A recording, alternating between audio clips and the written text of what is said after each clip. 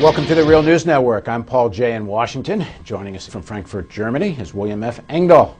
William is the author of the book Full Spectrum Dominance, Totalitarian Democracy and the New World Order. Thanks for joining us again, William. Thank you, Paul. So the Greek economy is in grave crisis. It's for a while through a shock through stock markets around the world. The possibility of Greece defaulting on its debt, and then what does that mean about Spain? What does that mean about the EU? And so what do you make? You're in Europe. What do you make of all this? Well, I think this is being seen by financial markets as a very useful way to short the bonds of a number of member countries of Euroland, the countries that you mentioned. But in terms of a state default, that will not happen. That's quite clear. The European Commission in Brussels has made it clear. The size of the Greek debt, the foreign debt, is such that it is a manageable size. But what will happen is Greece, for a number of years since they joined the euro in 2001, has been spending way over the 3% deficit to GDP limits that are imposed by the Maastricht Treaty that created this synthetic thing called the euro back in 1999. So turns out what Greek finance ministers and politicians did, they were courted by the likes of Goldman Sachs, yes, Goldman Sachs again, and the likes of JP Morgan Chase, according to some reports. And as early as 2001, 2002, the Greek government was offered a chance to put their liabilities off the books, if you will, so that instead of showing a 6 or 7 or 8% deficit, state deficit to GDP every year, as was the reality, they were only showing 3, 3.1, 3.3, something in the ballpark.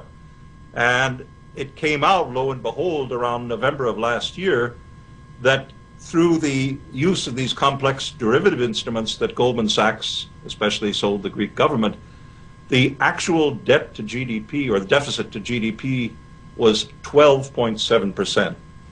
At that point, Moody's, Standard & Poor's, these great guardians of credit trust that were asleep at the switch when the subprime crisis erupted 2.5 years ago, and were asleep during the Asia crisis back in 1997-98, they are quick on the draw and downgraded the debt of the Greek government and put it on a downward credit watch.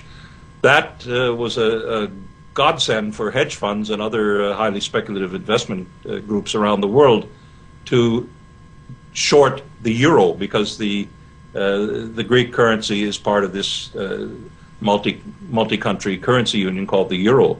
There is no central tax power behind this synthetic thing called the euro. The European Central Bank has very limited powers in the event of such a crisis, because the finance ministers are the national governments. So what it boils down to is whether the largest economy in Euroland, namely Germany, is going to step up to the plate and say, okay, we'll give a bona fide to the debt obligations of Greece and hope that they get their fiscal house in order over the next several years. The Greek government, the German government so far has refused to do that. So events are at a standstill. The European Union finance ministers end of last week called on Greece to impose very severe austerity measures, clean up its pension obligations, meaning cutting back on pensions to retired Greeks and so forth, and other measures not unlike what the IMF does to developing countries.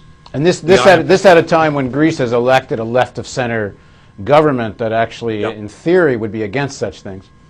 Yeah, the Papandreou government.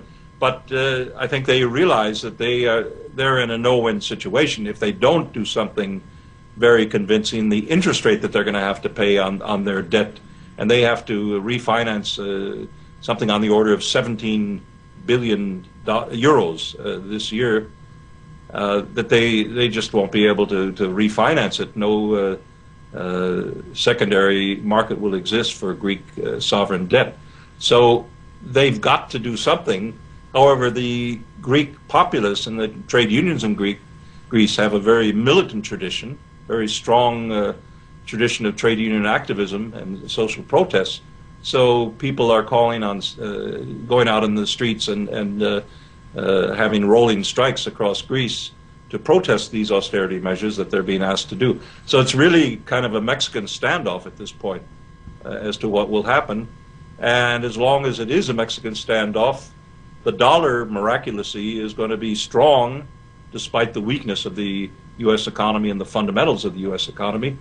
And the euro will be the weak man of the major economies. And perhaps this might be the most important piece of this story, is that in the next year, 2, 3 years, not just in Greece, the fight's going to be who's going to pay for the bailout of the economy. It was interesting on Fareed Zakaria's show on Sunday on American television, ABC. Fareed was giving his own prescription of what's necessary in the coming years. And it was all about cuts to health care, cuts to Social Security benefits, pensions. And we know that when President Obama was elected, within days of his election, he met with conservative columnists, some of the most best-known conservative columnists in the United States. And it was all about them saying to him, when the time comes, are you going to be willing to put entitlement programs on the table? And he assured them that he would. This really is what we're seeing in Greece is perhaps the storm to come right across Europe and North America. It could well be. It could well be. The situation in Italy is worse than that of Greece in terms of debt, public debt to GDP. It's well over 120%. And that is extreme. The only other country in the world who comes close to that is Japan, and Japan is a fiscal basket case with a demographic crisis to boot. And Italy has a very poor demographics in terms of the aging of its population. The problem is Italy seems to have gone down the same route as Greece with JP Morgan Chase and various exotic derivatives to hide the real dimension of their problems. So under the Berlusconi government, people are very skeptical that the truth is coming out as to the true fiscal situation there as well. So it could be quite likely that in the Euroland there's going to be a very, very rough patch over the next 2 to 3 years as these questions come to the surface. You can't put these things off forever, but the question is what you do about it. And the Euro construct is an artificial construct. It's, to my mind, primarily a power construct of certain European elites. But the underlying strategy of those European elites is one that I call schizophrenic. On the one side, they have a fear of orienting their economies toward the east, which is really where the dynamic growth is in Eurasia, China, from China down through Kazakhstan, Russia, the Middle East, and on into Eastern Europe. Over the next 20, 30 years, that is going to be where the growth in the world economy is going to be most dynamic. But these European elites, like Giscard d'Estaing and the people who drafted this European Constitution, they are quite afraid of playing a subsidiary role to that dynamic Eurasia, and therefore they hang on like a security blanket to the NATO umbrella of the United States, even though they know when you talk in private that the United States is sinking like the Titanic, that the American century is a has-been. So it's really a state of political paralysis in Europe. Thanks for joining us, William. Thank you. And thank you for joining us on the Real News Network.